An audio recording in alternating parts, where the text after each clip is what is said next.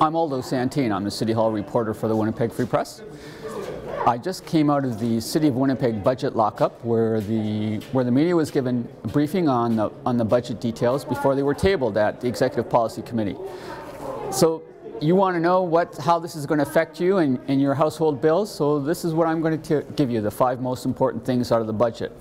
First of all, the city is proposing a 2.3% property tax increase for this year, which should translate into about a $37 tax bill increase for homes assessed at about $263,000. The increase was what Brian Bowman said he was going to do when he was running for mayor, so he lived up to that campaign promise. He promised also, though, not to make any cuts in frontline services, and voters and residents will have to decide how much, if there was actually any cuts in services, because there are some in the budget that's proposed. He's talking about eliminating the Park Police Patrol Program and the Summer Ambassadors Program, saving $851,000 annually. He's cutting back on fall sweeping, which is $700,000 savings. Eliminating flower pots from the city's main streets and image routes to save $177,000. And he's going to be reducing hours at several indoor city swimming pools and closing some of the recreational facilities in some of those pools. There'll be a savings of $100,000 this year and $300,000 subsequently. In terms of spending, the city is going to be spending about $103.3 million on regional and local streets, which is a large increase from what it did last year, over 20%.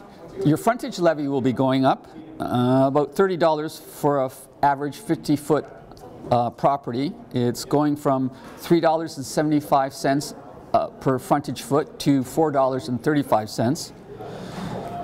The police budget will be increasing 2.6%, and the fire department budget is going up about 1.7%. The community services budget is being cut by about 1.2%.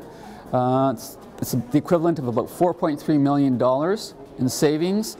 They're going to be reducing the spending on insect control branch and grants to other services in that department. One of the big challenges that Bowman and members of Executive Policy Committee faced this year was trying to find out how they're going to finance the $20 million bill that comes due in 2020 for the completion of the Southwest Transitway Corridor.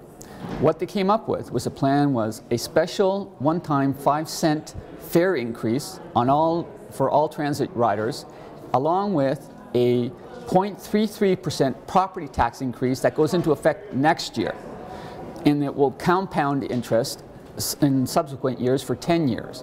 Now, bear with me, that should, by 2020, come up with the $20 million that the city will need to pay annually to complete the Transitway Corridor. Small business will be benefiting from this budget. There'll be fewer businesses. Almost 50% of small businesses will be getting a complete rebate on their business tax bill this year. The tax rate has been reduced from 5.7% to 5.6%, but the city's raising the cutoff for the rebate value, increasing it to $30,000. So a small business with a rental value of $30,000 or less will pay no taxes this year and going forward. And those are the budget highlights for 2015. At City Hall, I'm Aldo Santin for the Winnipeg Free Press.